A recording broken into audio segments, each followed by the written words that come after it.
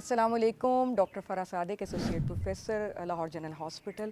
آج پھر ایک انتہائی اہم موضوع کے ساتھ آپ کی خدمت میں حاضر ہوئی ہوں، کیونکہ میری کوشش یہی ہوتی ہے کہ میں بہت اہم موضوع جو میرے خیال میں ہوتے ہیں وہ ان کی طرف جو ہے وہ آپ کی توجہ دلاؤں اور ان سے آپ کو آگاہی دینے کی کوشش کروں۔ ذہنی دباؤ جو ہے وہ آج جو ہے وہ میں ڈسکس کروں گی کہ وہ کیا ہوتا ہے۔ آج کل ہر شخص، دوسرا شخص جو ہے وہ ذہنی دباؤ کا شکار ہے۔ اگر آپ بچوں کی بات کریں تو بچے جو ہیں وہ اپنی پڑھائی کے سلسلے میں ذہنی دباؤ کا شکار ہیں۔ اگر آپ جوانوں کی بات کریں تو دفتر کے معاملات ہیں، کچھ مالی معاملات ہیں، اس کی وجہ سے وہ پریشان ہیں۔ خواتین جو ہیں وہ بھی کچھ گھریلو امور کی وجہ سے اور کام کی وجہ سے پریشان نظر آتی ہیں۔ جو بوڑھے لوگ ہیں وہ بھی کچھ عدم توجہ کا شکار ہوتے ہیں اور کچھ اپنی بیماریوں کی وجہ سے ذہنی دباؤ کا شکار نظر آتے ہیں۔ تو اس میں کوئی شک نہیں ہے کہ ہر دوسرا انسان جو ہے وہ ذہنی دباؤ کا شکار ہے۔ اس سلسلے میں ہمیں نا دو طرح کی جو بیماریاں ہیں وہ سننے میں ملتی ہیں۔ ویسے تو بہت سی اقسام ہیں ذہنی دباؤ کی، لیکن جو عام طور پہ یہ دیکھا گیا ہے، جو ہم سنتے ہیں، وہ ہے ڈپریشن اور انگزائٹی۔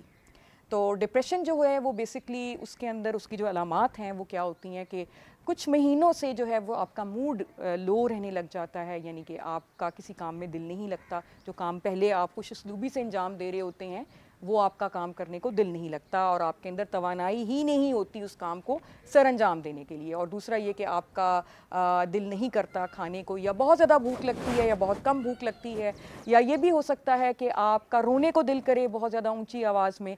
تو یہ تمام تر علامات ہیں ڈپریشن کی۔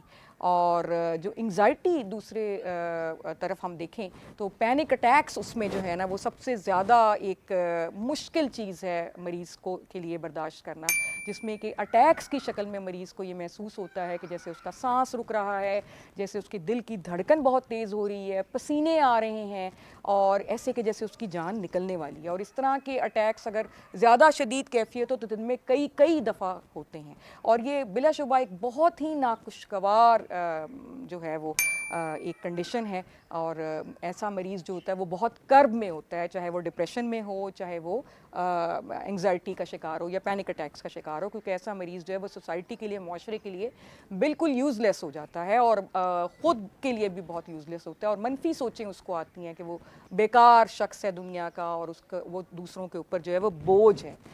تو اب ایسے مریضوں کے لیے ہمیں کیا کرنا چاہیے؟ ہمیں یہ کرنا چاہیے کہ ایسا مریض اگر آپ کو نظر آتا ہے اپنے قرب و جوار میں تو اس کو فوری طور پہ جو ہے وہ آپ ماہر نفسیات کے پاس، جو کوالیفائڈ ماہر نفسیات ہے، اس کے پاس لے کر جائیں اور اس سے ادویات تجویز کروائیں۔ اچھی بات یہ ہے کہ یہ 100% قابل علاج امراض ہیں اور یہ بالکل ٹھیک ہو جاتے ہیں، لیکن اس کی دوائی سیٹ کرنے میں اور دوائی کا اثر شروع ہونے میں 2 سے 3 ہفتے لگتے ہیں۔ تو اس لیے آپ نے یہ نہیں کرنا کہ اگر آپ ڈاکٹر کے پاس گئے ہیں اور اس نے کوئی دوا تجویز کی ہے اور اس سے کوئی فرق نہیں پڑ رہا یا کوئی طبیعت زیادہ خراب ہو گئی ہے تو آپ ہمت ہار جائیں۔ آپ نے ہمت نہیں ہارنی، آپ نے 2 سے 3 ہفتے ویٹ کرنا ہے، ڈاکٹر کے پاس جانا ہے، بار بار جانا ہے، اور انشاءاللہ تعالیٰ اس کا علاج جو ہے وہ 100% جو ہے وہ ممکن ہے۔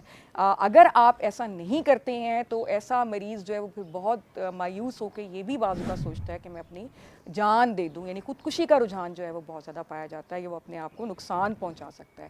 تو پلیز محفوظ رہیں، خود بھی اور اپنے پیاروں کو بھی محفوظ رکھیں۔ بہت شکریہ۔